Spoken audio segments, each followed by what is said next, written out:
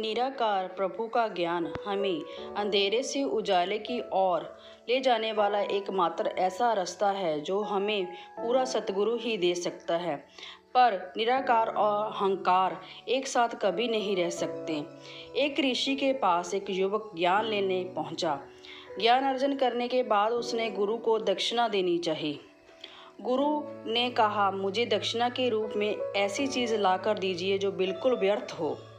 शिष्य गुरु के लिए व्यर्थ की चीज़ को खोजने में निकल पड़ा।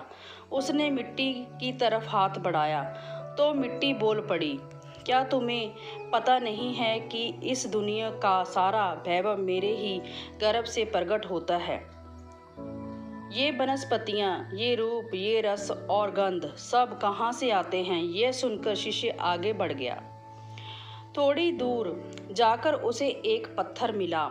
शिष्य ने सोचा, क्यों ना इस बेकार से पत्थर को ही ले चलूं। लेकिन उसे उठाने के लिए उसने जैसे ही हाथ आगे बढ़ाया तो पत्थर से आवाज़ आई, तुम इतने ज्ञानी होकर भी मुझे बेकार मान रहे हो?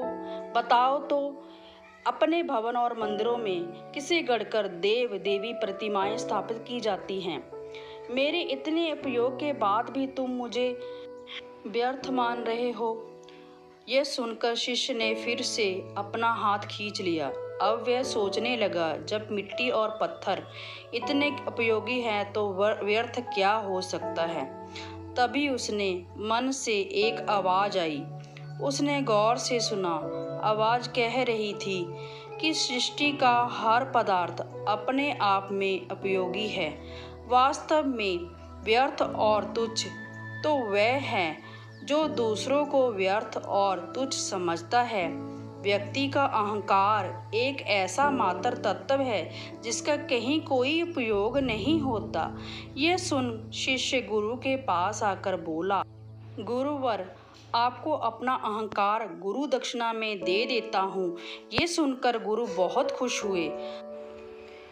तो इस अहंकार को पूर्ण सतगुरु के चरणों में समर्पित कर देना ही हमारे लिए उचित रहेगा। पूर्ण सतगुरु का तरस ही है जो हमारे इतने बुरे कर्म होने पर भी हमें ज्ञान की बख्शिश करते हैं।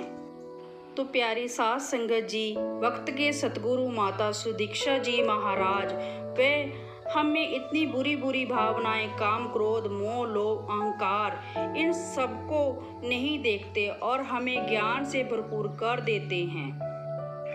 तो हमारा ये फर्ज बनता है कि हम इनके चरणों में पूर्ण रूप में समर्पित हो पाएं। जब हम समर्पित हो जाएंगे तो हमें पता चल जाएगा कि हमारा यहाँ पर कुछ भी नहीं है। जो भी है इस निराकार प्रभु परमात्मा की ही देन है।